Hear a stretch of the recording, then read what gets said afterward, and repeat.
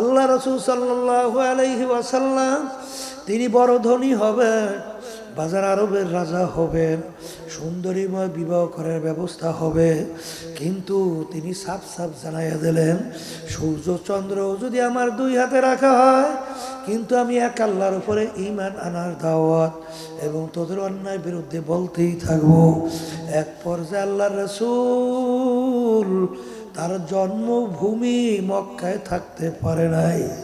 আল্লাহর হাবিব হিজরত করে মদিনায় যায়, আর জন্মভূমির মায়ায় নবী ফিরা ফিরা চায়।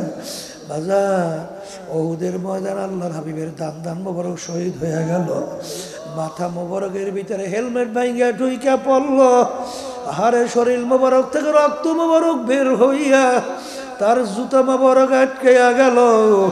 বাজান সাহাবায়ে কেরামদের ইতিহাস পড়িয়া দেখো, বেলাল হাবশী রাদিয়াল্লাহু তাআলা আনহু, এ আমার গরিব বাবারা, হে আমার ধনী বাবারা, আমিনু কামা আমানাল্লাহ।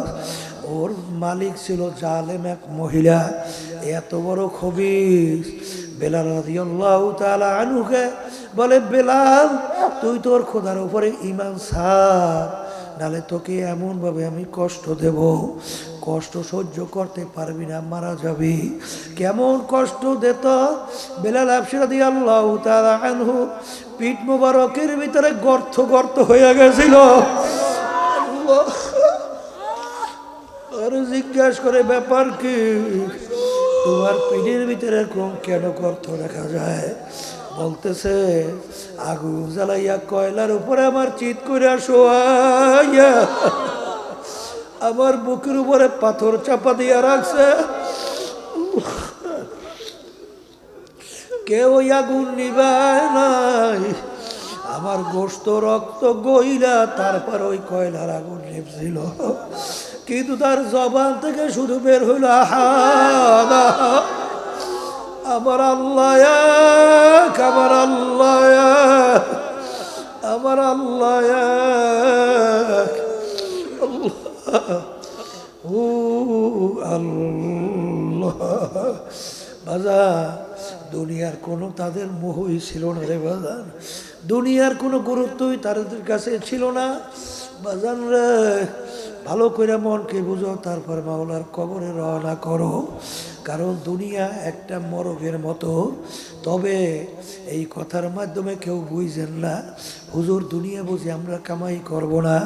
হ্যাঁ, দুনিয়া হালাল রেজেক কামাই করাও ফরজ। জোরে বলেন কি?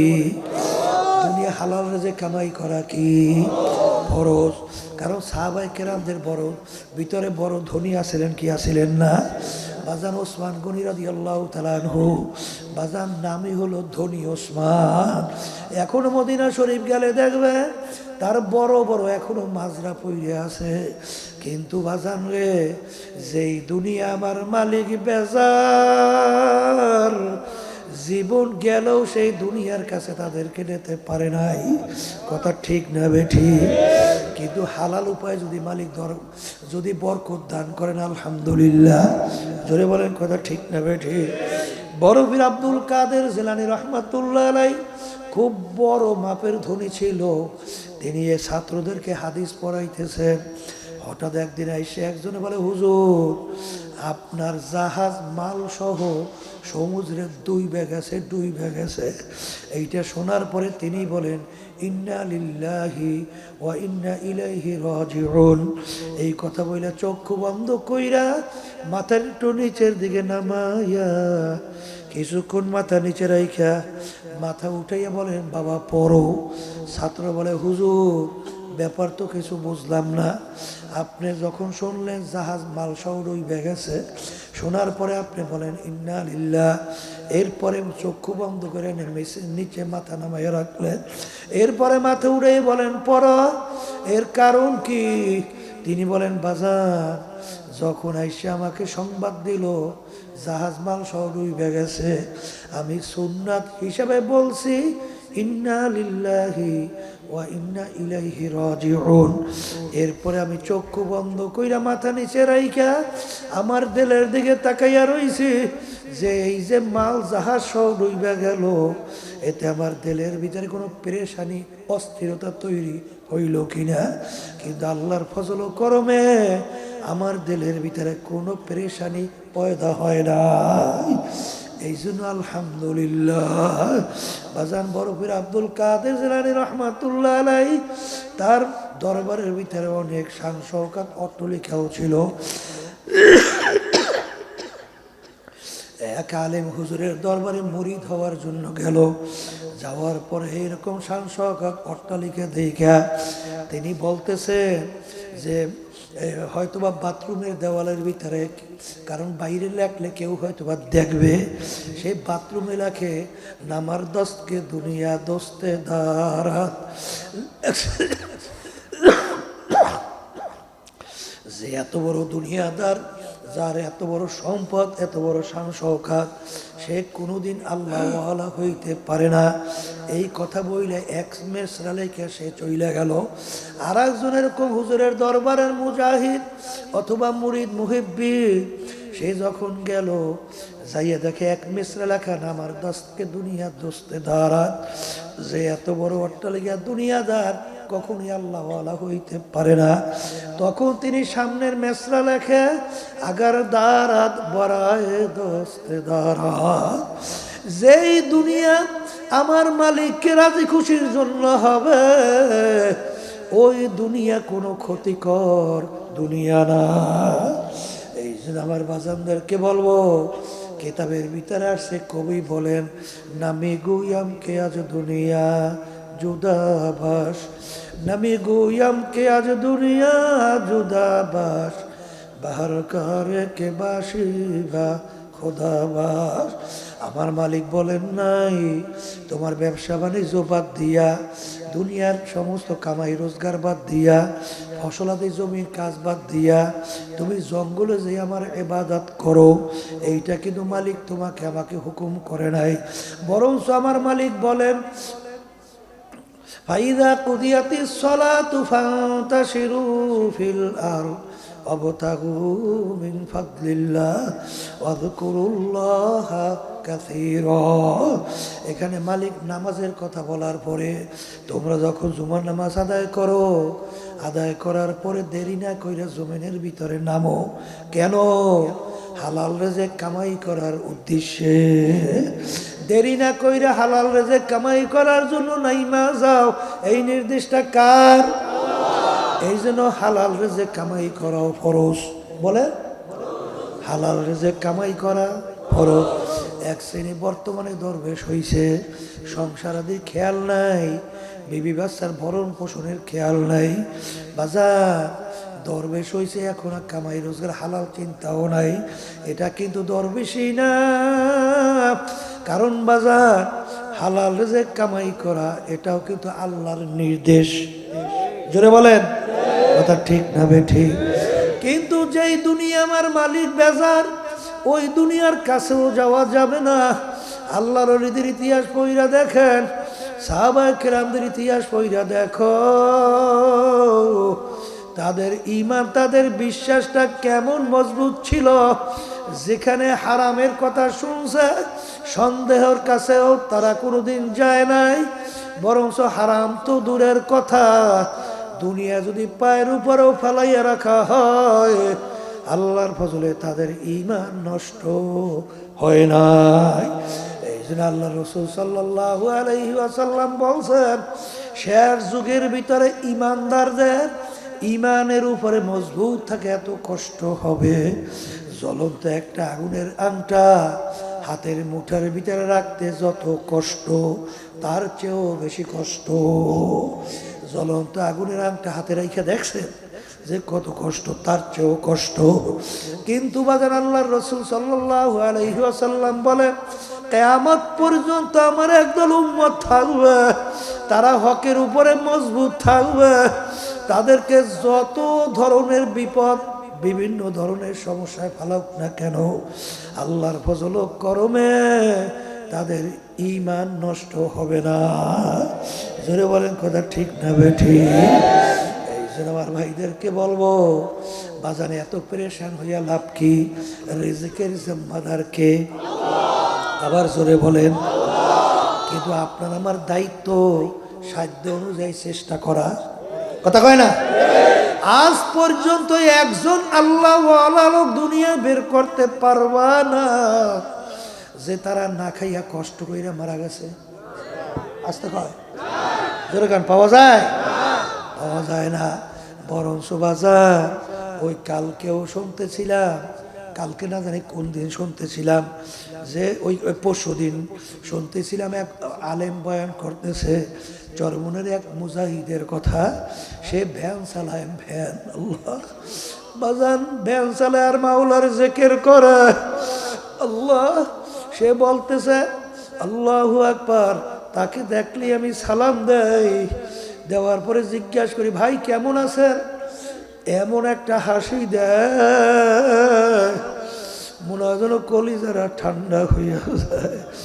হাসি দিয়া বলে হুজুর আল্লাহ আমাকে বড় ভালো রাখছে, আল্লাহ আমাকে বড় ভালো রাখছে। আর অনেক বড় লোক, অনেক সম্পদের মালিক। যখন জিজ্ঞাসা করি ভাই কেমন আছে, তখন বলে হুজুর বইলেন না, পেরেশানির কোনো শেষ নাই। কি কথা ঠিক না বেঠিক? ওদের কলিজার ভিতরে শান্তি নাই, কি নাই? এই সম্পদের মূল্যটা কি? কোনো মূল্য আছে? 24 ঘন্টা খালি পেরেশানি, 24 ঘন্টা খালি পেরেশানি। এই সম্পদের কোনো মূল্য আছে? কোনো মূল্য নাই। এই জন্য আমার বাজানদেরকে বলবো, পর্দা আলে মা বোনদেরকে বলবো, রেজেকের মালিক কে? এটা কি মুখ দিয়ে কইছে না অন্তরে বলছে? হ্যাঁ, ঈমান কাকে বলে? মুখে বলা, অন্তরে বিশ্বাস করা, কাজে প্রমাণ করে দেখানো। জোরে বলেন কথা ঠিক না বেঠিক? এ কবরের যাত্রীরা, খাই খাই করো কিন্তু মনে রাখো, মনে রাখো বাজান, ভালো করে মনে রাখো, যারা পাকা মজবুত ইমানদার তাদের দুনিয়ার কোনো মূল্যই তাদের কাছে আল্লাহর ফজলের নাই। জোরে বলেন কথা ঠিক কিনা? এরকম নমুনা বাজান আল্লাহর ওলিদের ইতিহাস পড়লে পাওয়া যায়, যায় কি যায় না? সাহাবায়ে কেরামদের ইতিহাস পড়লে পাওয়া যায়, যায় কি যায় না? আমার আব্বাজান রহমাতুল্লাহি আলাইকে আমরা বড় হওয়ার পরে যতটুকু দেখছি, বাজান দুনিয়াও যদি পায়ের উপরে ফালাইয়া রাখছে, কিন্তু আল্লাহর কুদুম যেই কাজে আমার মাওলা বেজার, ওই কাজের কাছেও তাকে নিতে পারে না। জোরে বলেন কথা ঠিক না বেঠিক? তাদের কেমন বিশ্বাস ছিল, তোমার আমার কেমন বিশ্বাস রে বাজান? ইমানকে মজবুত করো, ইমানকে নির্ভেজাল করো। কারণ বাজান ভালো কইরা বোঝো, দুনিয়া কিন্তু শান্তির জায়গা না। কেউ কোনোদিন শান্তি পায় নাই, কেউ কোনোদিন পাবে না। আল্লাহ রাব্বুল আলামিন কিয়ামতের ময়দানে বান্দা বান্দিকে মাফ করার জন্য ওসিলা তালাশ করবে। হাদিসের মধ্যে আসছে, আল্লাহ রাসূল সাল্লাল্লাহু আলাইহি ওয়াসাল্লাম বলছেন, বান্দাকে মাফ করবে এরকম কোনো আমল বান্দার নাই। আল্লাহ রাব্বুল আলামিন মানে ফেরেশতারা, দেখো তো আমার বান্দা কখনোই হক্কানি আলেমদের সঙ্গে এক দস্তারখানে মাজলিসে বসছে কিনা। তালাশ করে পাওয়া গেছে রাব্বুল আলামিন জীবনে একবার বসছিল। আল্লাহ বলবেন যা এসেছিল আমি ওকে মাফ করে দিলাম। আবার মাহফিল হবে, আমরা আসবো, বহু দূরের কথা। নিঃশ্বাসের বিশ্বাস নাই, সেকেন্ডের কোনো ভরসা নাই। আমাদের হায়দার ভাই গত বছরও ছিল, কিন্তু আজকে আমাদের মাঝে আর নাই। আমাদের দেখা সাক্ষাৎ কথা হতো, অনেকেই দুনিয়াতে নাই। এমন একদিন আসবে আমরাও থাকবো না। সবসময় মনে রাখা লাগবে দুনিয়া এবং আখেরাতের ব্যাপারটা, এই চিন্তা করবে কিন্তু মানুষ। এটা কিন্তু গরু, ভেড়া, ছাগল এই চিন্তা কিন্তু তারা করবে না। এই চিন্তা শক্তি আল্লাহ ওদের মধ্যে দেয়ও নাই, দেশে দেয় নাই। আল্লাহ রাব্বুল আলামিন আমাদেরকে সৃষ্টি করছেন তার ইবাদতের জন্য। তাফসীরের ভিতরে আসছে লিয়াবুদুন আয় লিয়ারিফুন, আমি মানুষকে বানাইছি আমার পরিচয় লাভ করার জন্য। আর এই পরিচয় লাভ করার জন্য যে ব্রেন বা যেই শক্তি, এটা আল্লাহ রাব্বুল আলামিন মানুষের ভিতরে দান করছে। এটা কিন্তু পশুর ভিতরে দান করে নাই, করছে? করে নাই। এই জন্য দেখবেন যারা পাগল, ওদের কোনো শরীয়ত আছে, কোনো গুনাহ সওয়াব আছে? কারণ কি ওদের চক্ষু নাই, হাত আছে না, পাও আছে না, অঙ্গ প্রত্যঙ্গ কোনোটা অভাব, কিন্তু ওর উপরে কোনো বাদ বিচার নাই কেন? কারণ ও ভালো মন্দ বিবেচনা করার শক্তিটা ওর নাই। না থাকার কারণে ওর উপরে কোনো সওয়াবও নাই, গুনাহও নাই। এই জন্য দেখবেন পাগলও যদি কোনো অন্যায় করে, দুনিয়ার আদালতে কোনো শাস্তি আছে? কিন্তু একটা বুঝদার মানুষ, দিন যে নাকি বুঝ জ্ঞান ভালো, সে যদি কোনো অন্যায় করে, কোনো ছাড় আছে? তুই ভালো, তুই এই অন্যায় করলি কেন? তুই সব বুঝো। কথা ঠিক না ঠিক? ইব্রাহিম আলাইহিস সালাম বুঝ হওয়ার পরই তিনি চিন্তা করলেন সৃষ্টিকর্তা তো একজন আছে, নাহলে আমি কোথা থেকে আসলাম, নাহলে এই মাখলুকাতগুলো কোথা থেকে আসলো? এই বানাইনি একজন কারিগর না থাকলে তো হয় না। যেমন মাইক্রোফোনে আমি কথা বলতেছি, এটা কি আপনি আপনি হয়েছে না কেউ বানাইছে? বানাইছে। এই বিশাল আসমান জমিন, এই গাছপালা তরুলতা, এই সূর্য চন্দ্র, কত মাখলুকাত, এই বানাইনি একজন কারিগর আছে না? সৃষ্টিকর্তা আছে না? এই যে সৃষ্টিকর্তা আছে, এই চিন্তাটা ব্রেন থেকে আল্লাহ দান করছে। কি জোরে বলেন, কথা ঠিক না? ইব্রাহিম আলাইহিস সালাম যখন দেখলেন চন্দ্র উঠছে, তখন বলতেছেন এ আমার রব হবে, সৃষ্টিকর্তা হবে। দেখে অস্তমিত হয়ে গেছে। না, রব তো কখনো অস্তমিত হইতে পারে না। পরের দিন থেকে সূর্য উঠে গেছে, বলতেছে এ বড় আমার প্রভু, ঠিক না? দেখে সেটাও অস্তমিত হয়ে গেছে। বল না, রব তো কখনো অস্তমিত হইতে পারে নাই। চিন্তা করতে করতে এক পর্যায়ে সৃষ্টিকর্তার পরিচয় লাভ করছে। কথা ঠিক কিনা? এই জন্য আমার ভাইদেরকে বলবো, পর্দার আড়ালে মা বোনরা যারা শুনতেছেন, সবসময় মনে রেখেন পশুর যা যা চাহিদা, আপনারও কিন্তু সেই সেই চাহিদা আছে না নাই? আপনার আমার খাওয়া লাগে না? পশুর কি খাওয়া লাগে না লাগে না? দেখেন পশুরও খাওয়া দরকার, আমাদের খাওয়া দরকার। পশু পাখির রোগ ব্যাধি হয়, আমাদের হয় না? তাও হয়। আমাদের বিবি বাচ্চা আছে, পশুদের নাই? আছে। আমাদের আরামায়েশের দরকার হয়, পশুর হয় না? তাহলে দুনিয়ার যে বিষয়াদিগুলো আছে সব পশুরও যেরকম দরকার, আমাদেরও দরকার। কিন্তু আল্লাহ তো আমাদেরকে ঘোষণা করছেন আশরাফুল মাখলুকাত, সৃষ্টির সেরা, ওয়ালাকাদ কাররামনা বানি আদম। কি দুনিয়ার দিক থেকে যদি আপনি হিসাব করেন, মানুষ শ্রেষ্ঠত্বের কি গুণ আমাদের মধ্যে আছে? বরঞ্চ আপনি যখন নাকি চিন্তা করবেন, দেখবেন আসলে সৃষ্টির দিক থেকে মানুষ কিন্তু সর্বদিক থেকে দুর্বল, পশু কিন্তু সবল। এই কথা ঠিক না? আমরা একটা মানুষ 100 বছর বয়স পাই না, মানুষের সংখ্যা কম না? কিন্তু একটা গুইল সাপ, ওর নাকি হায়াত প্রায় 750 বছর। তা হায়াতের দিক থেকে মানুষ দুর্বল, পশু কি সবল? একটা কাসিমির নাকি হায়াত প্রায় 350 বছর, একটা সাপের নাকি হায়াত প্রায় 250 বছর। কি হায়াতের দিক থেকে মানুষ আমরা দুর্বল, পশু কি সবল? যেদিকে তাকাইবে, চোখের দৃষ্টি আমরা অন্ধকারে দেখি, আলো আসলে দেখি। কিন্তু এক শ্রেণীর পশু পাখি, ওরা কিন্তু অন্ধকারেও দেখে, আলোতেও দেখে, আছে না নাই? তার দৃষ্টি শক্তির দিক থেকে মানুষ দুর্বল, পশু কি? আমরা মানুষ একটা জায়গা পর্যন্ত দেখি, এরপরে আর দেখি? কিন্তু বর্তমানে বৈজ্ঞানিকরা আবিষ্কার করছে রাজহাঁস। এই ছোট্ট ছোট পিটি দেখেন না চক্ষু, রাজহাঁস ওর চক্ষু কত বড়, ছোট্টটা। ওর চোখের পাওয়ার নাকি এত বেশি, যেখানে রাডার ফেল করে সেই রাডারের বাইরে যে এই রাজহাঁসের চক্ষু কাজ করে। চোখের পাওয়ার কত!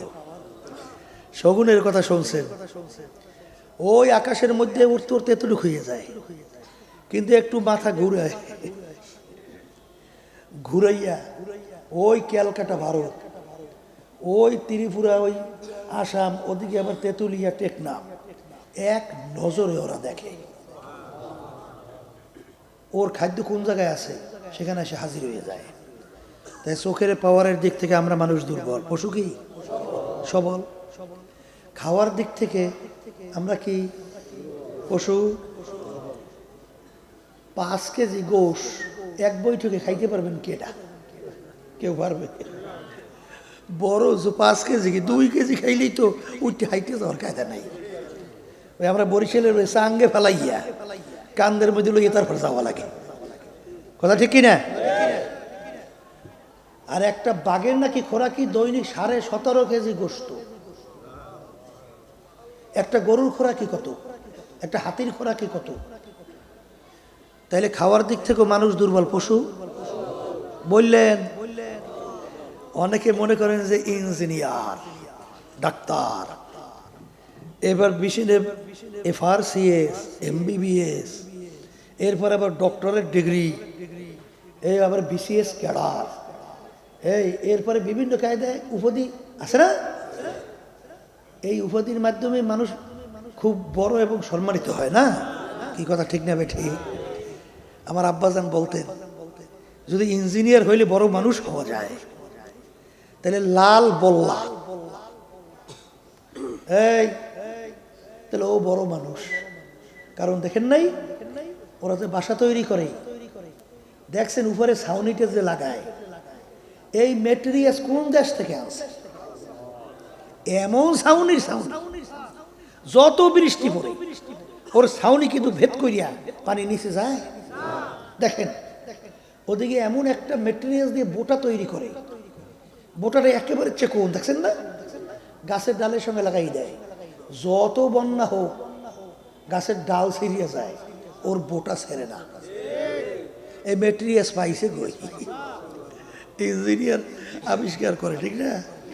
এরপরে দেখবেন ওই যে ছিদ্র ছিদ্র কোঠা কোঠা বানায় না নিছে, একটু মাইপে দেখেন তো, ওর একটা ছিদ্রের সঙ্গে আর একটা ছিদ্রের চুল বেশ কম আছে। ইঞ্জিনিয়ারিং পরি হয় কি? বিভিন্ন দালান তৈরি করে, রাস্তা তৈরি করে, অমুক কিছু তৈরি করে, এরপরে মাইপে জুইপে দেখবেন ওর ভিতরে ভুল বের হবেই। কিন্তু ও যে বাসা তৈরি করলো, এই যে কোঠা কোঠা তৈরি করলো, একটা চুল বেশ কম নাই, তাইলে ও মায়ের পেট থেকে পইরেই চিফ ইঞ্জিনিয়ার। কি জোরে বলে কথা ঠিক? তাহলে ইঞ্জিনিয়ার হলে কি মানুষ হয়? লাল বল্লা বড় মানুষ, কথা বলেন না কেন?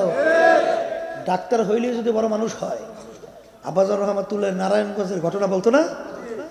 আমাদের ডাক্তার ছিল খুব বড় FRCS ডাক্তার, চরমনের মুজাহিদ। আল্লাহর বান্দার নারিকেল গাছের বানরে নারিকেল খাইয়ে ফেলত।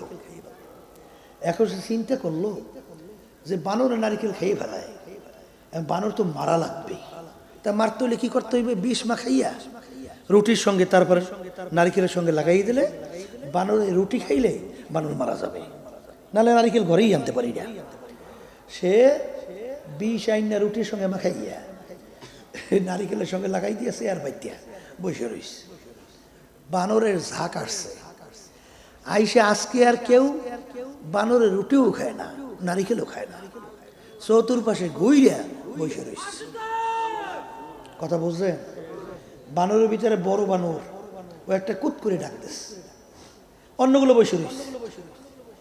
এইবার কতক্ষণ পরে কতগুলো পাতা নিয়ে আসছে, পাতা নিয়ে এসে প্রত্যেক বানরের হাতে হাতে ভাগ ভাগ করিয়ে দিচ্ছে। এখন ভাগ ভাগ করে দিয়া এক কামড় পাতা খায়, এক কামড় নারিকেল খায়, এক কামড় রুটি খায়। খাইয়া লইয়া সব সাফা করিয়া এইবার আবার মিছিল দিতে দিতে দলে দলে যায়। ডাক্তার সাহেব হা করে চাই ব্যাপার কি হইল?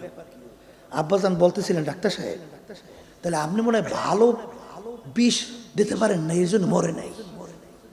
বলে, হুজুর বলেন কি, আমি ডাক্তার মানুষ, আমি বুঝি বিষ চিনি না। হুজুর এমন বিষ প্রয়োগ করছি যেই বিষের স্বাদ চুক্কা না, না মিডা, না তিতা, না নুন, এইটা আবিষ্কার করতে যাইয়া প্রায় 6 জনের মতো বৈজ্ঞানিক শুধু মারাই গেছে, আবিষ্কারই করতে পারে না। শেষ বৈজ্ঞানিক সে নাকি বলছে যে আমার জিভে বিষ লেখার সঙ্গে সঙ্গে অনেক ওই স্বাদের নাম লাগছে কাগজ আগে, যে কথা তো বলতে পারবো না, তবে যেইটার উপর দাগ দেবো মনে করবা ওইটার এইটার স্বাদ। তখন যারা ওখানে উপস্থিত ছিল বিষ লাগানোর সঙ্গে সঙ্গে হাত পা কাঁপে গেছে, তখন দাগ দিয়েছে, বলে ও দাগ ঠিক হয় না, গেছে মারা। তাহলে ডাক্তার হইলে যদি বড় মানুষ হয়, তাহলে বানরটা বড় মানুষ।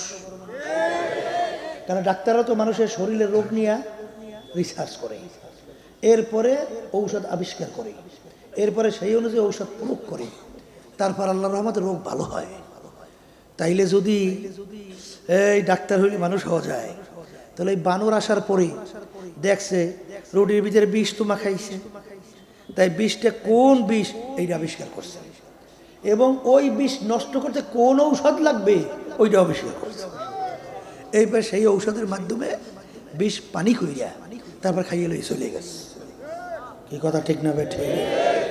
এই কথা বলার আমার মূল উদ্দেশ্য হলো, এক শ্রেণী আমার বাচ্চারা আছে, তাদের কার্যক্রম, ধ্যান ধারণা, চিন্তা, চাল চলন দেখলে মনে হয় যে দুনিয়াতে আসছে শুধুমাত্র চিন্তা কেমনে খাইবে, কেমনে বাঁচবে, কেমনে বিল্ডিং একটার পর একটা তৈরি করবে, সম্পদ কিভাবে বাড়াইবে, আবার খাইয়ে লইয়া গরু ছাগলের মতো রাত্রে ঘুমাইয়ে টুমাইয়া এই পোরসা পায়খানা করিয়া আবার উঠে আবার ওই 24 ঘন্টা কেমনে খাইবে, কেমনে বাঁচবে, কেমনে খাইবে, কেমনে বাঁচবে, কেমনে খাইবে, কেমনে বাঁচবে।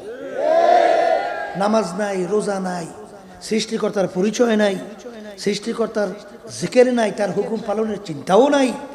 বরঞ্চ এই শ্রেণীর মানুষগুলো ওলামায়ে কেরাম হক্কানি, তাদেরকে দেখলে টিটকারিও মারে। বলেন কথা ঠিক কিনা? আসলে ওরা যে মানুষই না, এ তো চিন্তাই করে নাই। কথা ঠিক কিনা?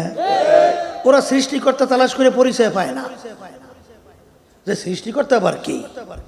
তা তালাশ করতে করতে শেষ পর্যন্ত পাইছে মানুষ নাকি বানর থেকে সৃষ্টি হয়েছে।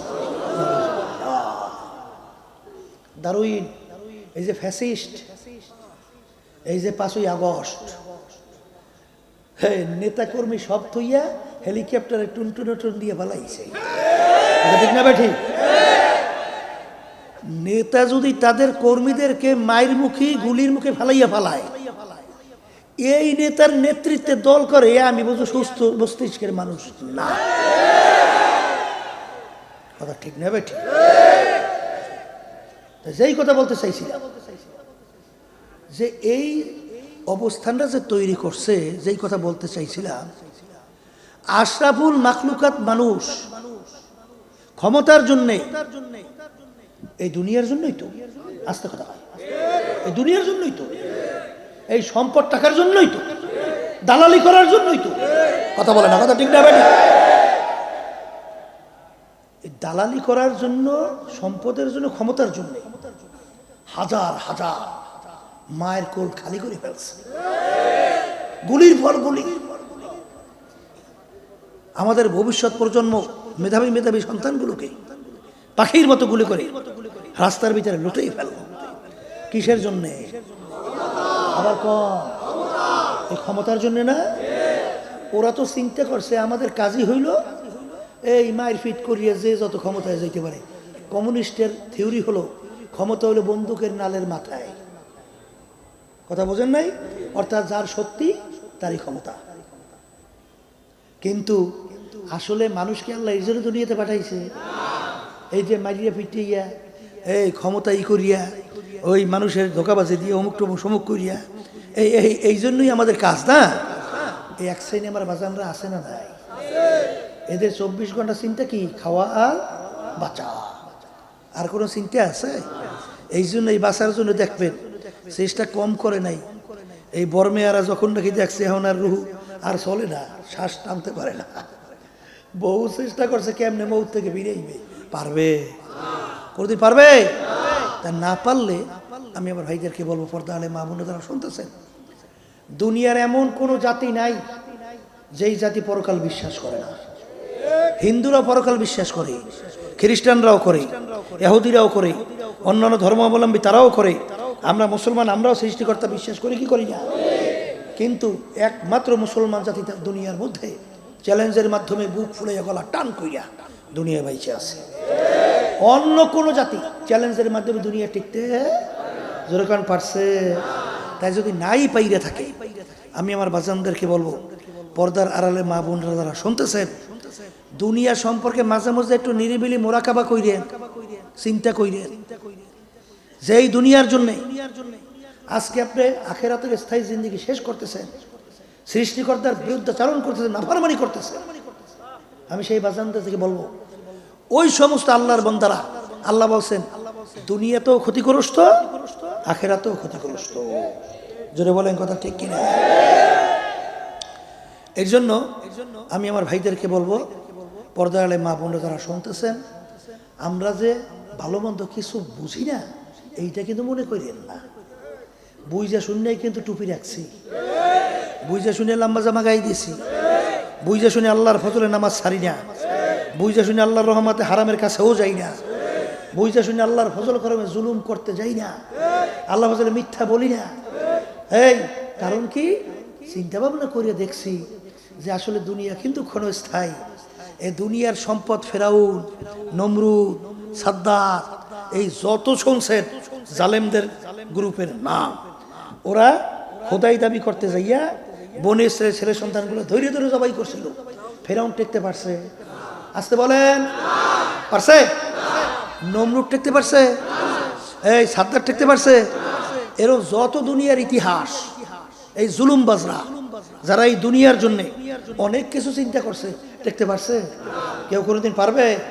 তাই যদি নাই পারে, এই সম্পদ লিখে কবরে যাইতে পারছে, তাই কবরও যাইতে পারে নাই।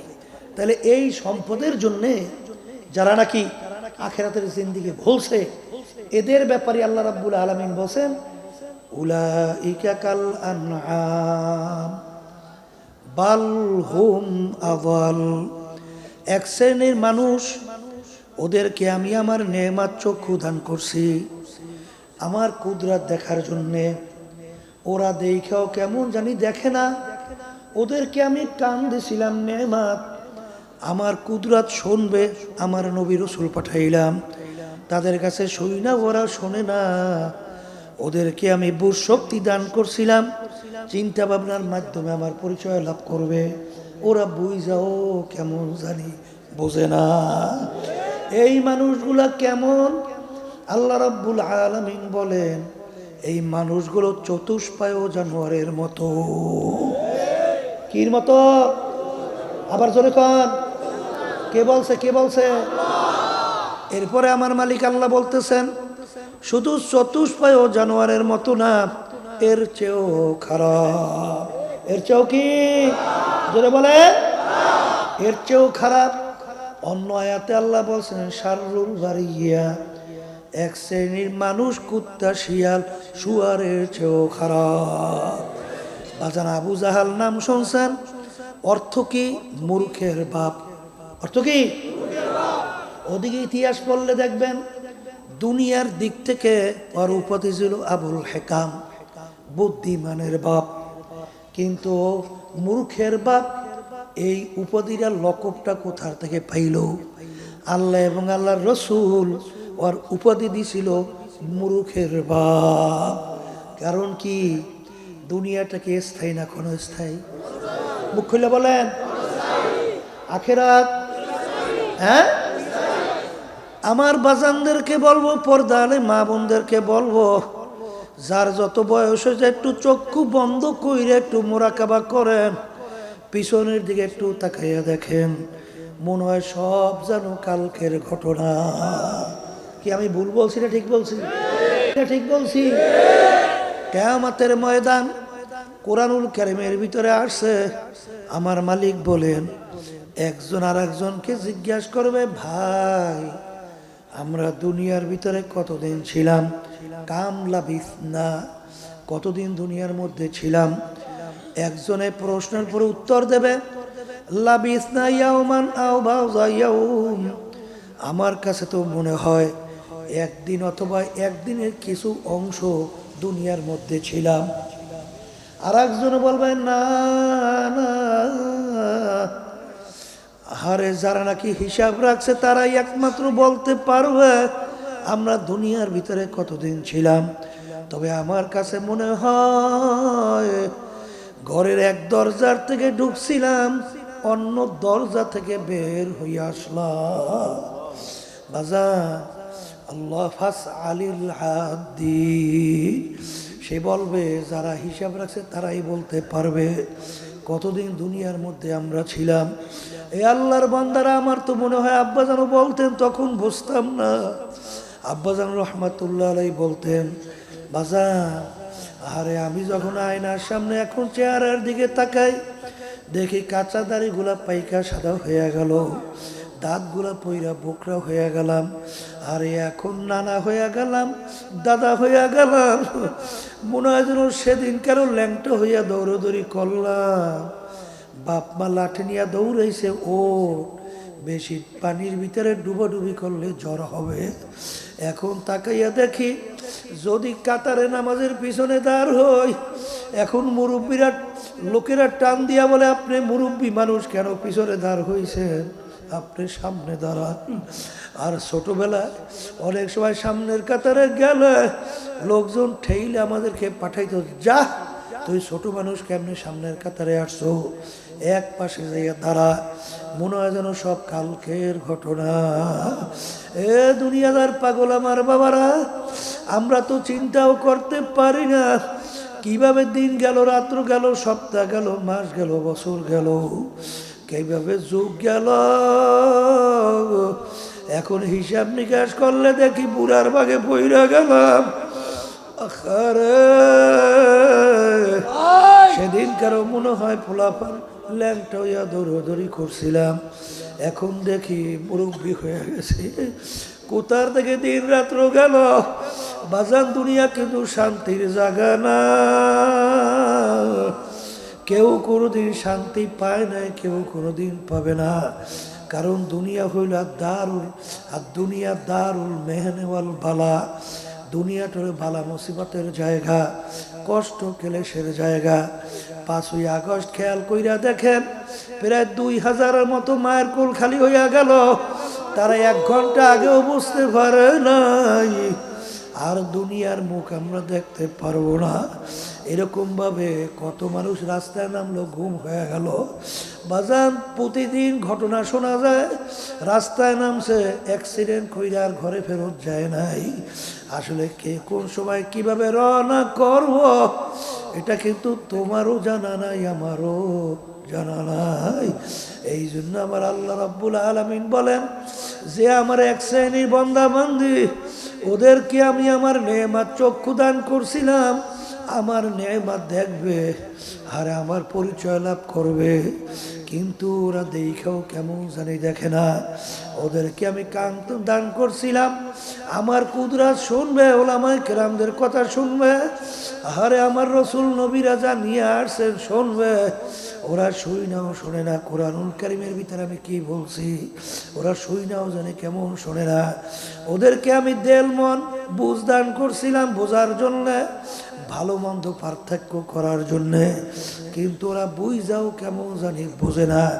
ওই মানুষগুলো চতুষ্পায় জানোয়ারের মতো। এরপরে মালিক বলেন তার চেয়েও খারাপ। এরপরে আমার মালিক বলেন সমস্ত মাখলুকাতের ভিতরে খারাপ।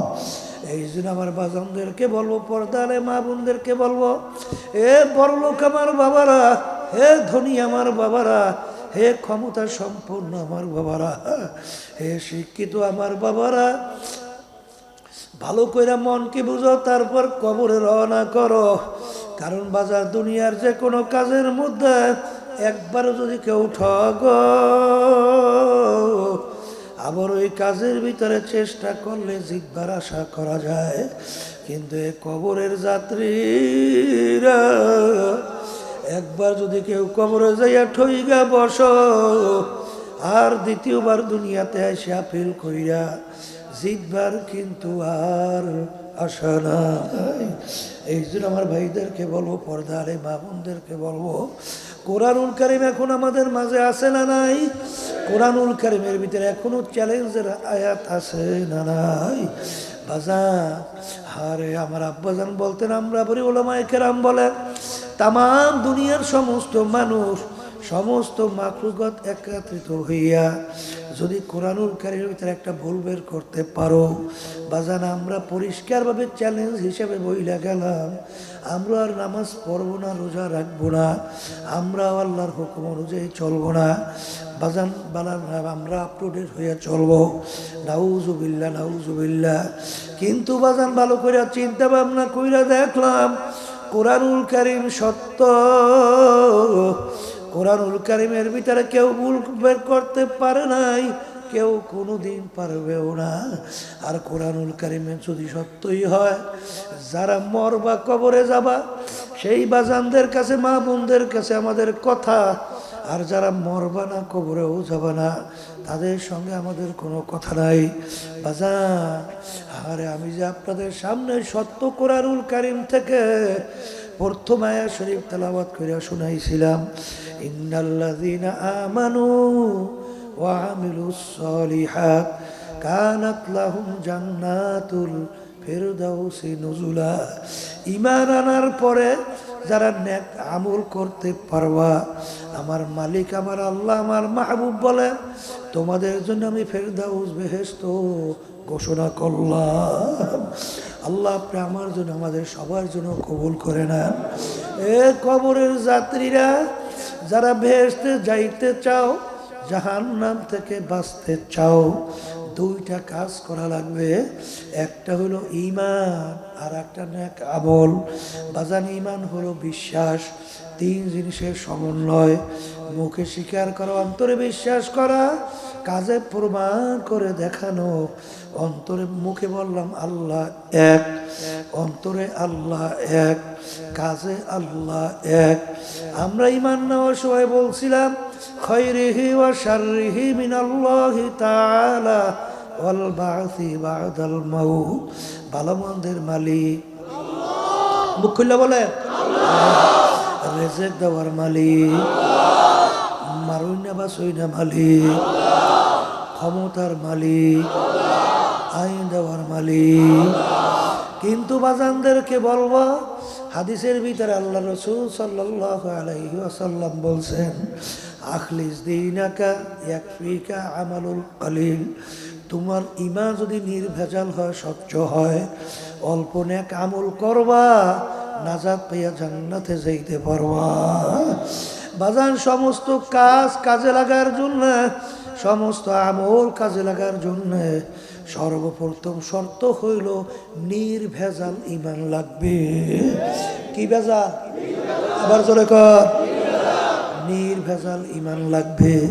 আমার বাজানদেরকে বলবো, পর্দা আলে মা বোনদেরকে বলবো, আমার মালিক বলেন, ওয়ালা নাবলুয়ান্নাকুম, অবশ্যই অবশ্যই আমি তোমাদেরকে পরীক্ষা করব।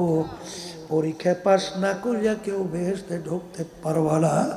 বাজান, কেমন পরীক্ষা? টাকা দিয়া পরীক্ষা, ক্ষমতা দিয়া পরীক্ষা, সম্পদ দিয়া পরীক্ষা, সম্মান দিয়া পরীক্ষা, বিভিন্ন কায়দায় তোমাদেরকে আমি পরীক্ষা ফেলাবো। এই পরীক্ষায় যারা পাশ করতে পারবা, তারাই নাজাত পাইয়া জান্নাতে যাবা। আর যারা পরীক্ষায় ফেল করবা, তাদের জন্য আমি এমন শাস্তির জায়গা বানায় রাখছি, যে শাস্তির জায়গার নাম হলো জাহান্নাম।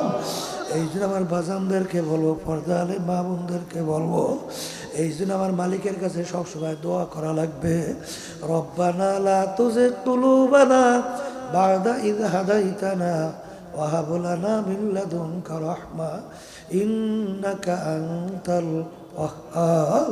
হে আমার দয়ার মালিক, আপনি আমাকে হেদায়েত নসিব করার পরে আপনি আমাকে গোমরাহ কইরেন না। এ আল্লাহর বান্দারা, পর্দা আলে মা বোনেরা, যারা ঈমানদার, আল্লাহ রাসূল বলেন, দুনিয়া এবং দুনিয়ার ভিতরে যত সম্পদ, আল্লাহর হাবিব বলেন একটা মুর্দার মতো, মোরগের মতো। মোরগের যেরকম কোনো মূল্য নাই, আল্লাহ এবং আল্লাহ রসুলের কাছে এর কোনো মূল্য নাই। এই জন্য দেখবেন আল্লাহর ওলিদের ইতিহাস পড়ে দেখবেন, সাহাবায়ে কেরামদের ইতিহাস পড়ে দেখবেন, আল্লাহ নবী সাল্লাল্লাহু আলাইহি ওয়াসাল্লামকে যখন কাফেররা প্রস্তাব নিয়ে গেছিল, মুহাম্মদ তুমি কি চাও সাল্লাল্লাহু আলাইহি ওয়াসাল্লাম, তুমি কি নেতা হইতে চাও? আমরা সিদ্ধান্ত নিয়ে আসছি আরবের, তোমাকে আমরা নেতা বানাইয়া দেব। তুমি কি ধনী হইতে চাও? আমরা সিদ্ধান্ত নিয়ে আসছি আরবের ভিতরে সবচেয়ে বড় ধনী বানাইয়া দেব। তুমি কি সুন্দরী মেয়ে বিবাহ করতে চাও? আরবের ভিতরে সবচেয়ে সুন্দরী মেয়েটা তোমার জন্য ব্যবস্থা করব, কিন্তু শর্ত হলো তুমি এক আল্লাহর উপরে ঈমান আনার দাওয়াত দাও, কিন্তু আমাদের বিরুদ্ধে তুমি কিছু বলবা না, তাইলে তোমাকে এই শর্ত আমরা পূরণ করব। কিন্তু আল্লাহ রসুল বলছিলেন, কাফেররা শুই না রাখ, আমার এক হাতে যদি সূর্য আর এক হাতে যদি চন্দ্র দেওয়া হয়, যেটা অসম্ভব, যদি তারপরও আমার হাতে দেওয়া হয়, কিন্তু ভালো করে যাই না রাখো, আমি এক আল্লাহর উপরে ঈমান আনার দাওয়াত এবং তোদের অন্যায়ের বিরুদ্ধে আমি বলতেই থাকবো। আল্লাহ রাসূল সাল্লাল্লাহু আলাইহি ওয়াসাল্লাম তিনি বড় ধনী হবেন, বাজার আরবের রাজা হবেন, সুন্দরীময় বিবাহ করার ব্যবস্থা হবে, কিন্তু তিনি সাফ সাফ জানাইয়া দিলেন, সূর্য চন্দ্র যদি আমার দুই হাতে রাখা হয়, কিন্তু আমি এক আল্লাহর উপরে ঈমান আনার দাওয়াত এবং তোদের অন্যায় বিরুদ্ধে বলতেই থাকবো। এক পর্যায়ে আল্লাহর রাসূল তার জন্মভূমি মক্কায় থাকতে পারে নাই, আল্লাহর হাবিব হিজরত করে মদিনায় যায়, আর জন্মভূমির মায়ায় নবী ফিরা ফিরা চায়। বাজার ওহুদের ময়দান আল্লাহর হাবিবের দান দান মোবারক শহীদ হয়ে গেল, মাথা মোবারকের ভিতরে হেলমেট ভাঙ্গা ঢুইকা পড়ল, হাড়ে শরীর মোবারক থেকে রক্ত মোবারক বের হইয়া তার জুতা মোবারক আটকাইয়া গেল। বাজান সাহাবায়ে কেরামদের ইতিহাস পড়া দেখো, বেলাল হাবশী রাদিয়াল্লাহু তাআলা আনহু, হে আমার গরিব বাবারা, হে আমার ধনী বাবারা, আমিনু কামা আমানান নাস। ওর মালিক ছিল জালেম এক মহিলা, এত বড় খবিস। বেলাল রাদিয়াল্লাহু তাআলা আনহুকে বলে, বেলাল তুই তোর খোদার উপরে ঈমান ছাড়, নালে তোকে এমনভাবে আমি কষ্ট দেব, কষ্ট সহ্য করতে পারবি না, মারা যাবি। কেমন কষ্ট দিত বেলাল হাবশী রাদিয়াল্লাহু তাআলা আনহু, পিঠ মোবারকের ভিতরে গর্ত গর্ত হয়ে গেছিল। আর জিজ্ঞাসা করে, ব্যাপার কি, তোমার পিঠের ভিতরে কেন গর্ত দেখা যায়? বলতেছে, আগুন জ্বালাইয়া কয়লার উপরে আমার চিৎ করে শোয়াইয়া আমার বুকের উপরে পাথর চাপা দিয়া রাখছে,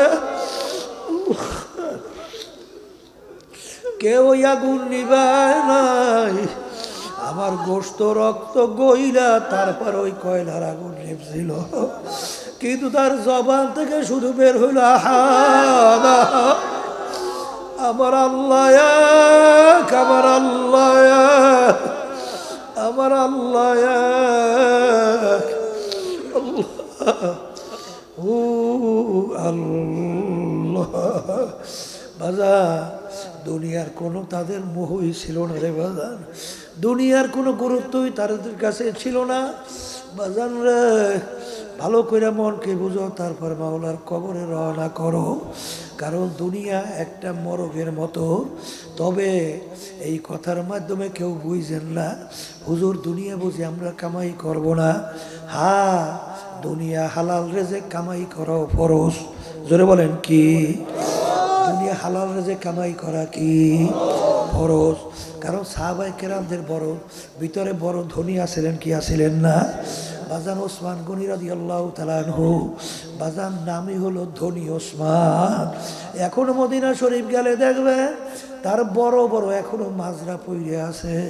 কিন্তু বাজান রে, যেই দুনিয়া আমার মালিক বেজার, জীবন গেলেও সেই দুনিয়ার কাছে তাদেরকে নিতে পারে নাই।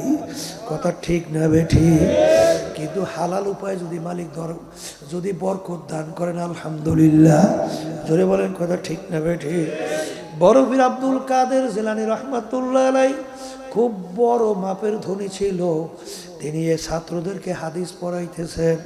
হঠাৎ একদিন এসে একজনে বলে, হুজুর আপনার জাহাজ মাল সহ সমুদ্রে ডুইবে গেছে।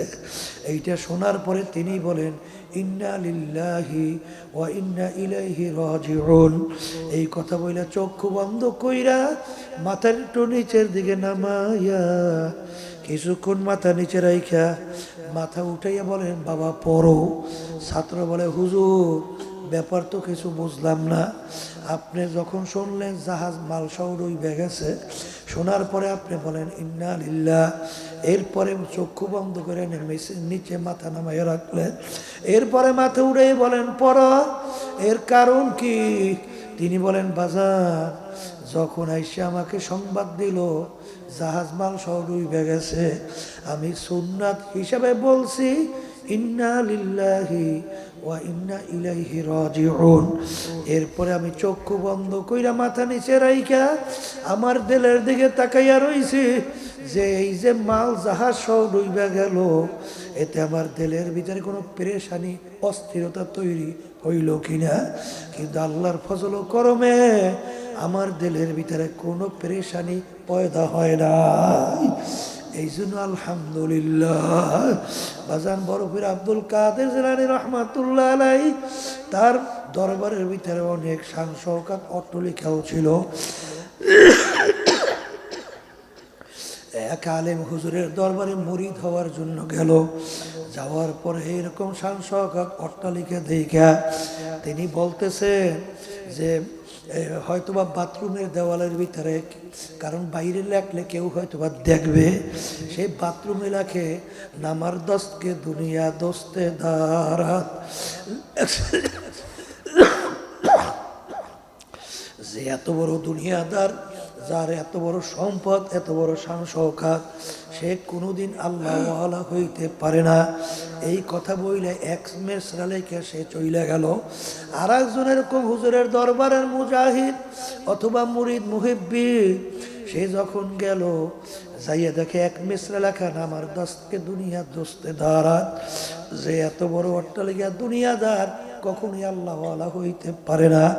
তখন তিনি সামনের মেসরা লেখে আগার দারাত বরায়ে দোস্তে দারাত। যেই দুনিয়া আমার মালিককে রাজি খুশির জন্য হবে, ওই দুনিয়া কোনো ক্ষতিকর দুনিয়া না। এই জন্য আমার বাজানদেরকে বলবো, কিতাবের ভিতরে আসছে, কবি বলেন, নামি গুয়াম কে আজ দুনিয়া জুদাবাস, নামি গুয়াম কে আজ দুনিয়া জুদাবাস, বাহার কারে কে বাসিবা খোদাবাস। আমার মালিক বলেন নাই, তোমার ব্যবসা বাণিজ্য বাদ দিয়া, দুনিয়ার সমস্ত কামাই রোজগার বাদ দিয়া, ফসলাদি জমির কাজ বাদ দিয়া তুমি জঙ্গলে যে আমার ইবাদত করো, এইটা কিন্তু মালিক তোমাকে আমাকে হুকুম করে নাই। বরঞ্চ আমার মালিক বলেন, ফাইদা কুদিয়াতিস সালাতু ফান্তাশিরু ফিল আরদ ওয়াবতাগু মিন ফাদলিল্লাহ ওয়াযকুরুল্লাহা কাসীরা। এখানে মালিক নামাজের কথা বলার পরে তোমরা যখন জুমার নামাজ আদায় করো, আদায় করার পরে দেরি না কইরা জমিনের ভিতরে নামো। কেন? হালাল রিজিক কামাই করার উদ্দেশ্যে। দেরি না কইরা হালাল রিজিক কামাই করার জন্য নাইমা যাও, এই নির্দেশটা কার? এই জন্য হালাল রিজিক কামাই করাও ফরজ। বলে হালাল রিজিক কামাই করা ফরজ। এক শ্রেণী বর্তমানে দরবেশ হইছে, সংসারাদির খেয়াল নাই, বিবি বাচ্চার ভরণ পোষণের খেয়াল নাই। বাজার দরবেশ হয়েছে এখন আর কামাই রোজগার হালাল চিন্তাও নাই, এটা কিন্তু দরবেশই না। কারণ বাজার হালাল রিজেক কামাই করা এটাও কিন্তু আল্লাহর নির্দেশ। জোরে বলেন কথা ঠিক না বেঠিক? কিন্তু যেই দুনিয়া আমার মালিক বেজার, ওই দুনিয়ার কাছেও যাওয়া যাবে না। আল্লাহর ওলিদের ইতিহাস পইরা দেখেন, সাহাবায়ে কেরামদের ইতিহাস পইরা দেখো, তাদের ঈমান তাদের বিশ্বাসটা কেমন মজবুত ছিল। যেখানে হারামের কথা শুনছে সন্দেহের কাছেও তারা কোনোদিন যায় নাই, বরঞ্চ হারাম তো দূরের কথা, দুনিয়া যদি পায়ের উপরেও ফেলাইয়া রাখা হয় আল্লাহর ফজলে তাদের ঈমান নষ্ট হয় নাই।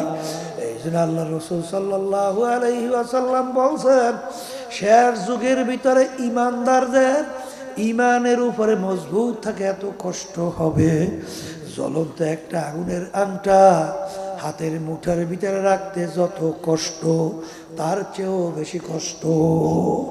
জ্বলন্ত আগুনের আংটা হাতে রেখে দেখছেন যে কত কষ্ট, তার চেয়েও কষ্ট। কিন্তু বাজার আল্লাহর রাসূল সাল্লাল্লাহু আলাইহি ওয়াসাল্লাম বলেন, কিয়ামত পর্যন্ত আমার একদল উম্মত থাকবে, তারা হকের উপরে মজবুত থাকবে। তাদেরকে যত ধরনের বিপদ বিভিন্ন ধরনের সমস্যায় ফেলাক না কেন, আল্লাহর ফজল ও করমে তাদের ঈমান নষ্ট হবে না। জোরে বলেন কথা ঠিক না বেঠিক? এই জন্য আমার ভাইদেরকে বলবো, বাজারে এত পেরেশান হইয়া লাভ কি? রিজিকের জিম্মাদার কে? আবার জোরে বলেন। কিন্তু আপনার আমার দায়িত্ব সাধ্য অনুযায়ী চেষ্টা করা, কথা কয় না?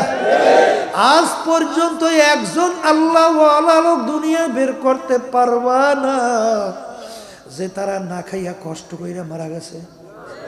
আসতে কয় জোরে গান পাওয়া যায়? পাওয়া যায় না। বরঞ্চ বাজার ওই কালকেও শুনতেছিলাম, কালকে না জানি কোন দিন শুনতেছিলাম, যে ওই পরশু দিন শুনতেছিলাম এক আলেম বয়ান করতেছে চরমনের এক মুজাহিদের কথা। সে ভ্যান চালায়, ভ্যান, আল্লাহ বাজান ভ্যান চালায় আর মাওলার জিকির করে, আল্লাহ। সে বলতেছে আল্লাহু আকবার, তাকে দেখলি আমি সালাম দেই, দেওয়ার পরে জিজ্ঞাসা করি ভাই কেমন আছেন, এমন একটা হাসি দেয় মনে হয় যেন কলিজারা ঠান্ডা হইয়া যায়। হাসি দিয়া বলে, হুজুর আল্লাহ আমাকে বড় ভালো রাখছে, আল্লাহ আমাকে বড় ভালো রাখছে। আর অনেক বড় লোক, অনেক সম্পদের মালিক, যখন জিজ্ঞাসা করি ভাই কেমন আছে, তখন বলে হুজুর বইলেন না, পেরেশানির কোনো শেষ নাই। কি কথা ঠিক না বেঠিক? ওদের কলিজার ভিতরে শান্তি নাই, কি নাই? এই সম্পদের মূল্যটা কি? কোনো মূল্য আছে? 24 ঘন্টা খালি পেরেশানি, 24 ঘন্টা খালি পেরেশানি। এই সম্পদের কোনো মূল্য আছে? কোনো মূল্য নাই। এই জন্য আমার বাজানদেরকে বলবো, পর্দা আলে মা বোনদেরকে বলবো, রেজেকের মালিককে। এটা কি মুখ দিয়ে কইছে না অন্তরে বলছে? হ্যাঁ, ঈমান কাকে বলে? মুখে বলা, অন্তরে বিশ্বাস করা, কাজে প্রমাণ করে দেখানো। জোরে বলেন কথা ঠিক না বেঠিক? এ কবরের যাত্রীরা খাই খাই করো, কিন্তু মনে রাখো, মনে রাখো বাজান, ভালো করে মনে রাখো, যারা পাকা মজবুত ঈমানদার তাদের দুনিয়ার কোনো মূল্যই তাদের কাছে আল্লাহর ফজলের নাই। জোরে বলেন কথা ঠিক কিনা? এরকম নমুনা বাজান আল্লাহর ওলিদের ইতিহাস পড়লে পাওয়া যায়, যায় কি যায় না? সাহাবায়ে কেরামদের ইতিহাস পড়লে পাওয়া যায়, যায় কি যায় না? আমার আব্বাজান রহমাতুল্লাহি আলাইকে আমরা বড় হওয়ার পরে যতটুকু দেখছি, বাজান দুনিয়াও যদি পায়ের উপরে ফালাইয়া রাখছে, কিন্তু আল্লাহর কুতুব যেই কাজে আমার মাওলা বেজার, ওই কাজের কাছেও তাকে নিতে পারে না।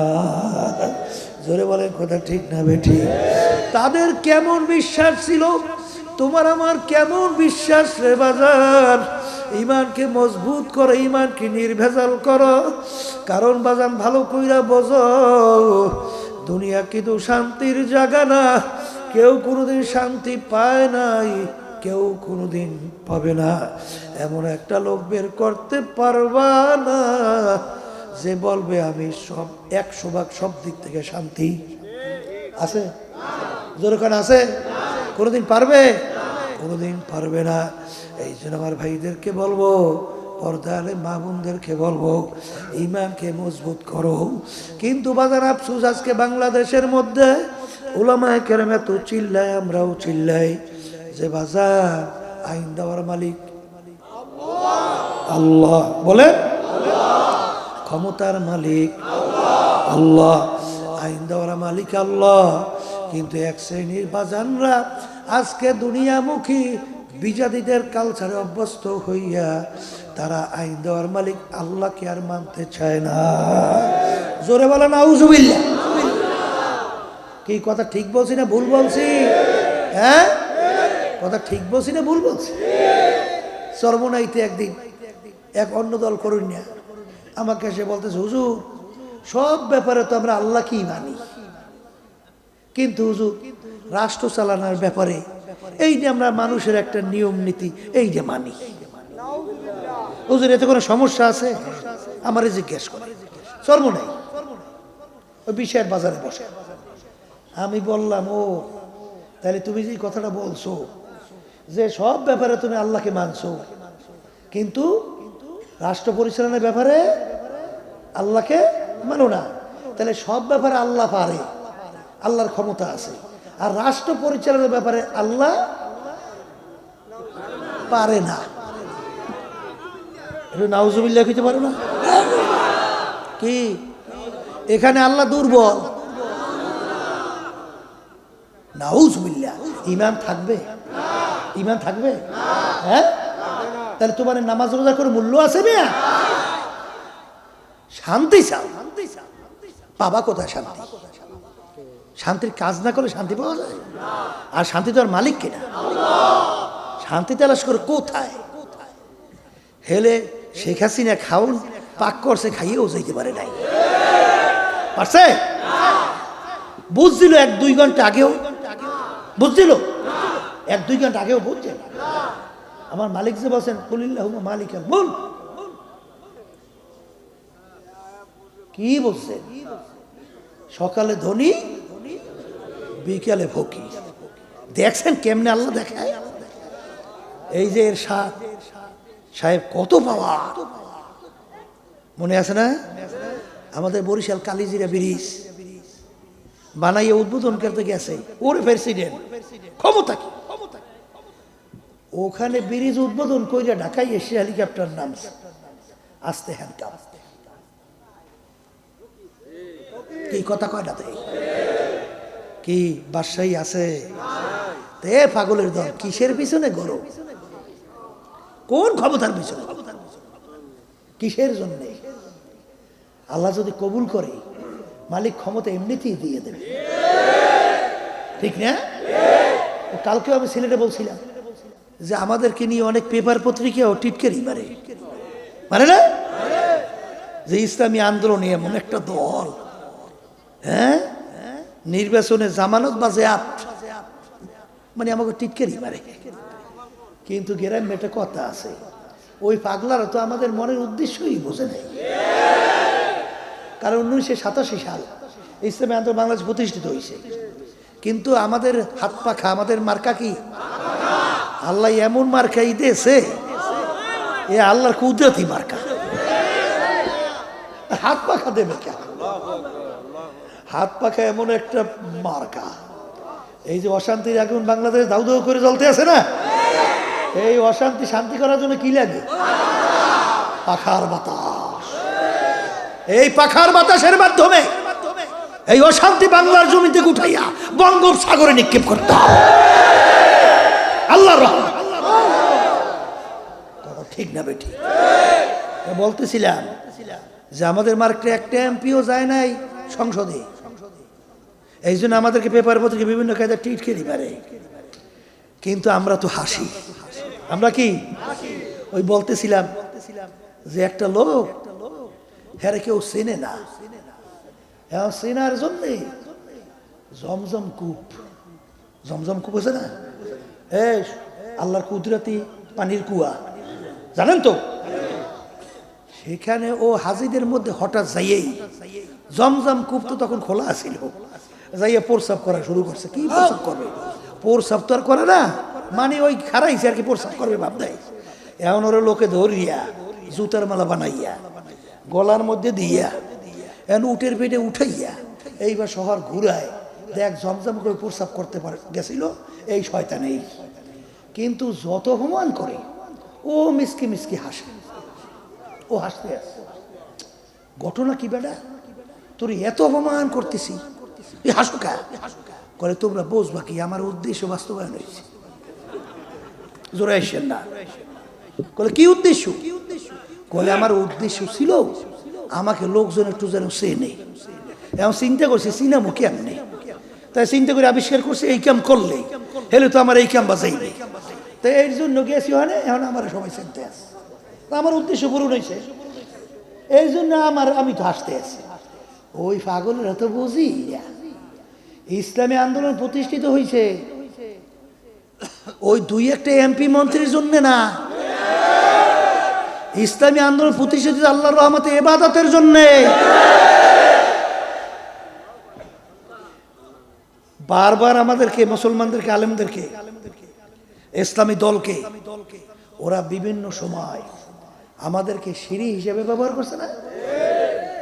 ওই সিঁড়ি দিয়ে ওরা উঠিয়া ক্ষমতার মসজিদে বইসা টুনটুনা টুনটুন করছে, ঠিক কিনা? আর বারবার আমাদেরকে গাছের পর গাছা বানাইছে। আমাদের কোনো অস্তিত্ব আছে? ছিল করে। আর এই বাংলাদেশের মধ্যে ইসলাম এইটা একটা শক্তির একটা ইনা আদর্শ না? ৯৭-৯২ জন মুসলমান, তাই সেখানে তো বাস্তবায়ন হবে ইসলাম, এটি তো বাস্তবতা।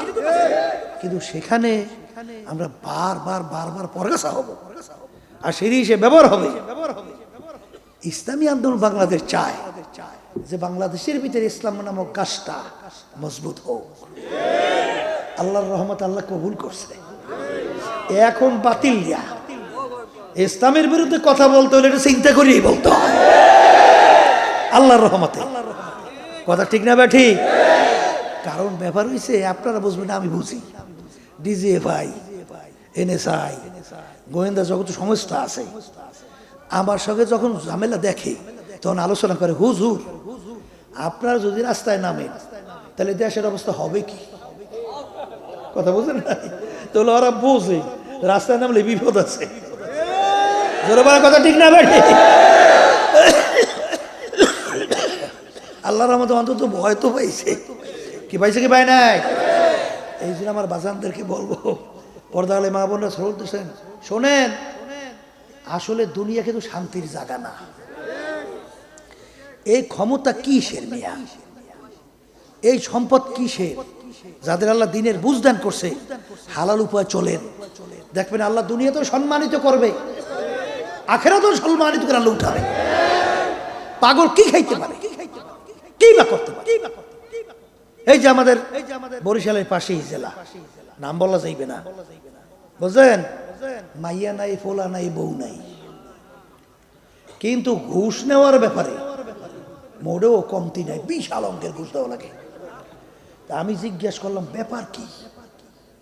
মাইয়া নাই, বাচ্চা নাই, বউ নাই, টাকা খরচ করে কোথায়? টাকা তো কম নেয় না।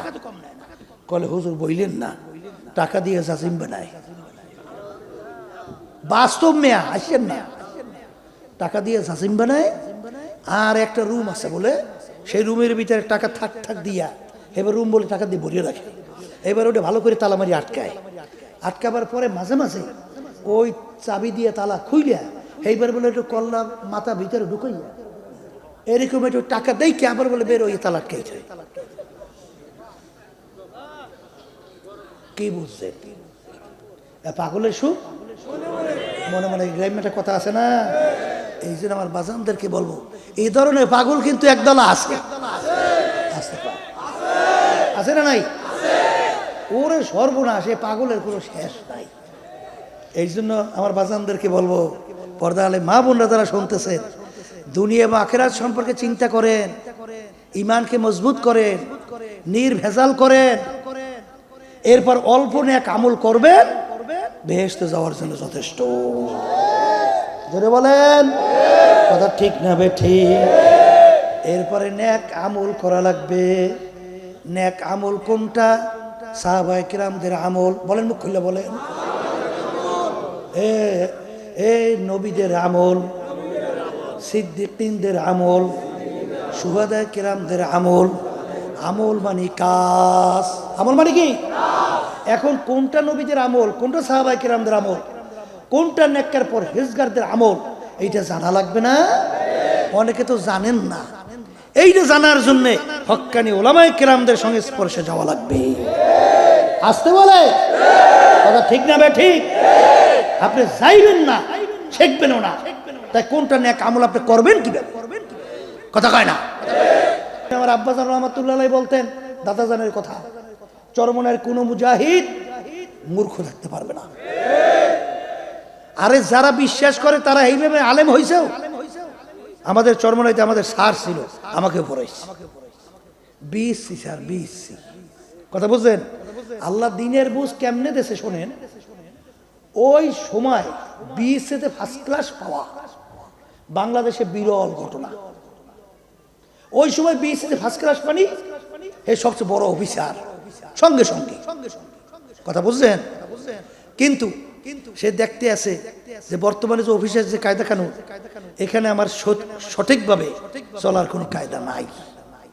সে করলো কি, চরমনাইতে যাইয়া সাধারণ একজন মাস্টার হইছে, বিএসসি ফার্স্ট ক্লাস, আমারও শিক্ষক, অঙ্ক পড়াইতো, বুঝছেন?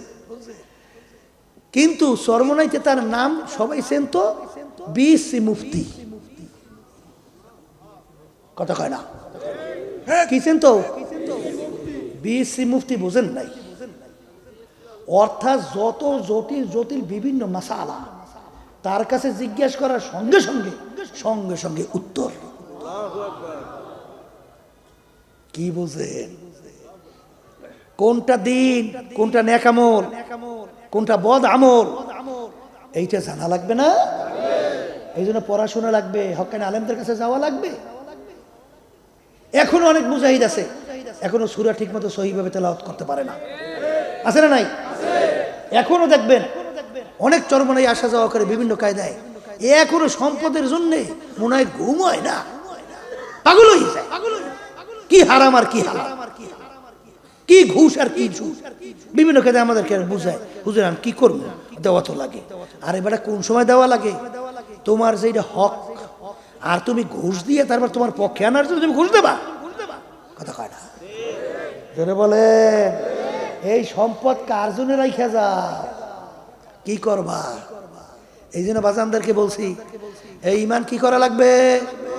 জোরে মুখ খুলে বলে, মজবুত করা লাগবে।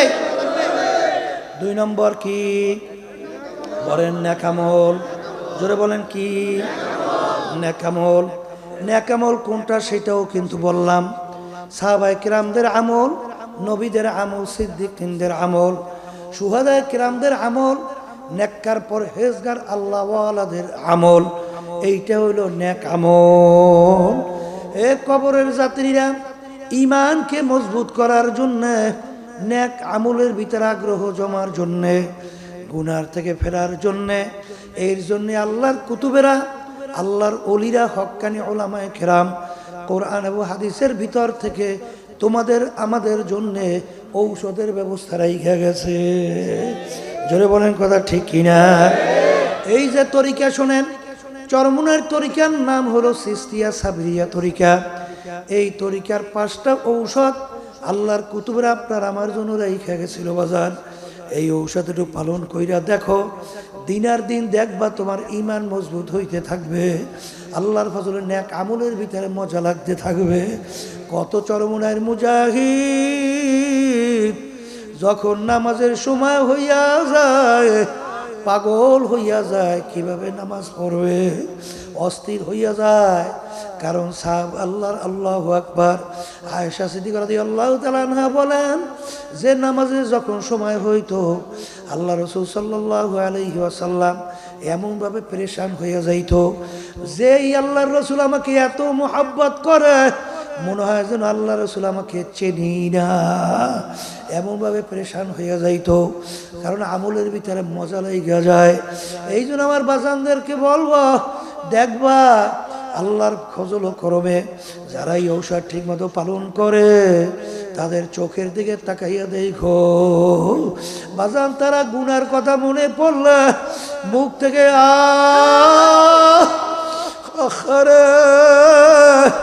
আফসোসের শব্দ বের হয়, দু চোখের পানি বাইয়া বাইয়া টপ টপ টপ টপ কইরা পড়ে।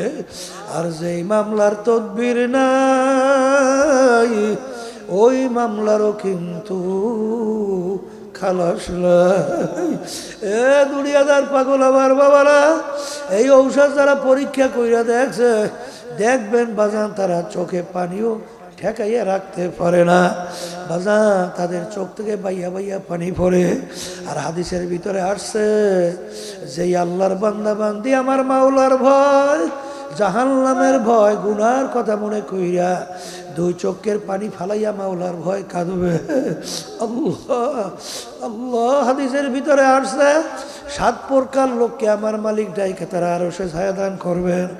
এর ভিতরে 1 প্রকার যারা গোপনে নির্জনে মাওলার জিকির করতে করতে ফাফাজাত আইনাহু, তাদের দুই চোখের থেকে পানি ছাইরা মাওলার দরবারে কাঁদবে।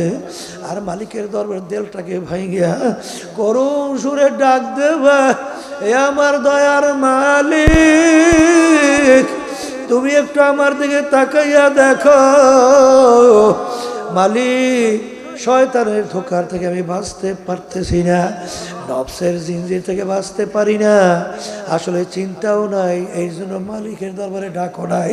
কিন্তু আল্লামা সিস্তি রহমাতুল্লাহি আলাই বলেন, আল্লাহর কারিমা বেবাগশা এবার হালেমা কে আসতা মাসিরে কামান্দে হওয়া, এ আমার দয়ার মালিক, আমি তো আমার নফসের জিনজিরের ভিতরে আবদ্ধ হয়ে গেছি, তুমি দয়া মায়া কইরা তুমি একটু জিনজির থেকে আমাকে পরিত্রাণ দান করো।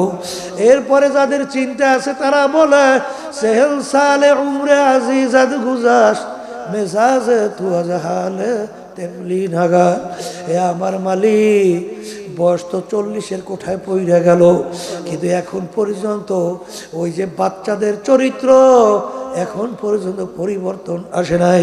যাদের চিন্তা আছে ওমর ফারুক রাদিয়াল্লাহু তাআলা আনহু অর্ধেক দুনিয়ার রাজত্ব করার পরেও তিনি বাজান রাস্তা দিয়ে হাঁটে, ফেজা কুটা নাড়া হাতের ভিতরে উঠাইয়া ধারে দুই চোখের পানি ছাইরা কাঁদে, আর মালিকের দিকে ফিরা ফিরা ডাক দিয়া দিয়া ওই ফেজাকে উদ্দেশ্য করিয়া বলে, হে ফেজা কুটা নাড়া, তুই আমার চেয়ে অনেক ভালো, তুই মাটির সঙ্গে মিলা যাবি, তোর কোনো হিসাব নাই, তোর কোনো জাহান্নাম নাই, তোর কোনো বেহেশত নাই, মালিকের সামনে দাঁড়াইয়া কোনো হিসাবের চিন্তাও নাই।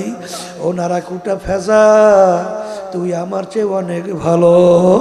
বাজা, তাদের ইমান কেমন ছিল, তোমার আমার ইমানের অবস্থা কেমন, মনকে বুঝাইয়া তারপর কবরে রওনা করো।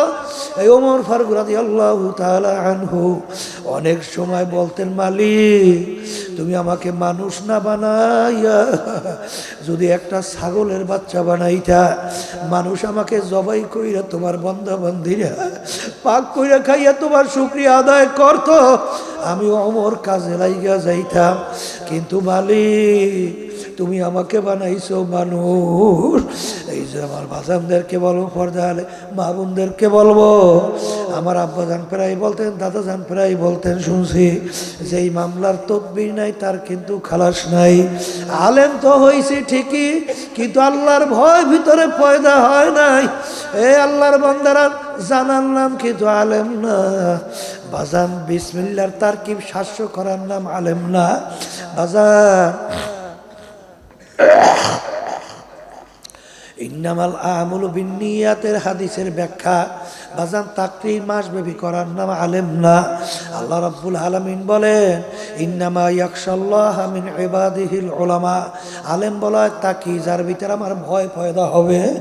আরে অনেক আলেমদের কথা শোনা যায়, দেখা যায়, আল্লাহ আপনি আমাকে আমাদের সবাইকে মাফ কইরা দেন। কিন্তু বাজান আলেম তো নাম লাগাইছে, কিন্তু দেখা যায় মুআমালাত মুআশারাতের ভিতরে বাজান 2 নম্বরই টাকা দিলেই বিভিন্ন কায়দায় খেয়ানত কইরা ফেলায়। আল্লাহ আপনি আমাকে আমাদের সবাইকে মাফ কইরা দেন। অনেক চরমনার মুজাহিদ দায়িত্বশীল শোনা যায়, আল্লাহ মাফ কইরা দিয়েন। বাজান এরকম তো ওই দুই একজন আল্লাহ তো অনেকেই ভালো, সেখানে শোনা যায় সংগঠনের টাকা চরমনায় মাদ্রাসা বিভিন্ন টাকা যাওয়ার পরে বিভিন্ন কায়দায় কৌশল কইরা খাইয়া ফেলে। নাউজুবিল্লাহ। তুই কেমন ইমানদার? তোর এই লেবাস পোশাক কি দরকার ছিল? ধোকাবাজি কিসের দরকার ছিল? তোর যদি দুনিয়ায় দরকার হয় তোরা পুরা দুনিয়াদার হইয়া যা। কারণ মালিক তো ওয়াদা করছে যে আমার কাছে দুনিয়া চাবে তাকে আমি দুনিয়া দিয়া দেব। মান কানা ইউরিদু হারসাদ দুনিয়া নুতিহি মিনহা। যদি কেউ আমার কাছে দুনিয়া চায় আমি তাকে দুনিয়া দিয়া দেব। কি কথা কয় না? যদি বলেন কথা ঠিক না বে ঠিক? তাইলে তুমি এই লেবাস সুরাত কেন ধরছো? তোমার যদি দুনিয়া প্রয়োজনীয় হয় তুমি পুরোপুরি দুনিয়াদার হইয়া যাও। ফেরাউনের দুনিয়া দরকার ছিল, মালিকের দরবারে বলছিল, মালিক আমি দুনিয়া চাই, তোমার কাছে আখেরাত চাই না। জিবরিল আলাইহিস সালাম বলে লেখা দাও, দিলাম লেখা। তখন বলতেছিল যে গোলাম মালিকের সঙ্গে ওয়াদা ভঙ্গ করে খেলাপ করে তার কি শাস্তি হওয়া উচিত? নীল দরিয়া চুবাইয়া মারা উচিত। এইটাও লেখা দাও। যখন নীল দরিয়া দুবাইয়াকে মারতেছিল তখন সবে মাত্র আল্লাহর কাছে আল্লাহর উপরে মুসা হারুন আলাইহিস সালামের উপরে ঈমান আনবে। জিবরিল আলাইহিস সালাম মুখ ঠাইসা ধরছে, খবরদার কাগজ দেখ, আর পারবি না। এই জন্য আমার বাজানদেরকে বলবো, পর্দা আলে মা বোনদেরকে বলবো, খবরদার আর ঈমানকে মজবুত করো, বাজান নেক আমল করো। দেখবো অল্প আমলি নাজাতের জন্য যথেষ্ট হয়ে যাবে। আর আমার বাজানদেরকে বলবো, অন্তরে শান্তি দেওয়ার মালিককে জোরে বলো। বাজান দিনের ভিতরে যে কি মজা, নামাজের মধ্যে যে কি মজা, জিকিরের মধ্যে যে কি মজা। বাজান নামাজ মে क्या মজা है, शेर झुका कर देख लो। আরে আরে বাজান নামাজের ভিতরে যে কি মজা, একটু মাওলার কুদরতি পায়ের উপরে সেজদা দিয়া দেখো যে কি মজার ভিতরে মাওলায় রাখছে। বাজান মাওলার জিকিরে যে কি মজা, একটু মাওলার জিকির কইরা দেখো, তখন দেখবে এর ভিতরে কি মজা। আসলে দুনিয়ার এই শান শওকাত মাতুব্বারি সরদারি এর ভিতরে কোনো মজা কিন্তু মালিক রাখেন নাই। অন্তরের শান্তি কোনোদিন কেউ কোনোদিন পায় নাই, কেউ কোনোদিন পাবে না। এই জন্য আমার বাজানদেরকে বলবো, বাজান চরমনার তরিকা যদি আপনার ভালো না লাগে, যে কোনো এক সহি তরিকার সঙ্গে জড়াইয়া যাও, যে কোনো এক হক্কানি আলেমের সম্পর্কে চইলা যাও, তাদের সঙ্গে সংস্পর্শের রাখো, রাইখা তারপর আমার মালিকের হুকুম অনুযায়ী চলো, ঈমানকে মজবুত করো, আল্লাহর হাবিবের তরিকা অনুযায়ী চলো, নেক আমল করো, তারপর কবরে রওনা করো। কারণ বাজান রে, টাকার গরম, ক্ষমতার গরম, বংশের গরম, সম্মানের গরম কিন্তু অল্প কয়েক দিনের জন্যে। যখন চিরতরে বন্ধ, সব কিন্তু বন্ধ। কারণ কবরে তাদের আযাব আরো বাইরে যাবে। যখন তার ওই অট্টালিকার কথা মনে পড়বে, ওদিকে আযাব আরো বাইরে যাবে। আফসোস, দুনিয়ার ভিতরে এত সম্পদ, এত আরাম, এখন আমার কি অবস্থা, আরো শাস্তি বাইরে যাবে। কিন্তু আমার বাজানদেরকে বলবো, আসলে যারা আমার মালিকের হুকুম নবীর তরিকা অনুযায়ী চলে, দুনিয়াতেও বাদশা, আখিরাতেও বাদশা। এই জন্য আমার ভাইদেরকে বলবো, পর্দা আলে মা বোনদেরকে বলবো, যারা বাজান কালিমা পড়ছেন, মুসলমান দাবি করেন, আমি বলি নাই, আল্লাহ রাব্বুল আলামিন বলছেন শোনাই, আল্লাহ রসুল বলছেন শোনাই, যারা নাকি 5 ওয়াক্ত নামাজ ঠিক মতো পড়বেন না, যারা ঠিক মতো রোজা রাখবেন না, যারা ঠিক মতো ধনী হওয়ার পরে হজ যাকাত আদায় করবেন না, যারা হারাম থেকে বাঁচবেন না, মাকরু তাহরিম তানজি থেকে বাঁচবেন না, বাজার আল্লাহ এবং আল্লাহ রসুলের ঘোষণা অনুযায়ী জাহান্নামের ভিতরে যে শাস্তির ঘোষণা দিছে, ওই 1 সেকেন্ডের আযাব সহ্য করার দুনিয়ার কোনো মানুষের নাই।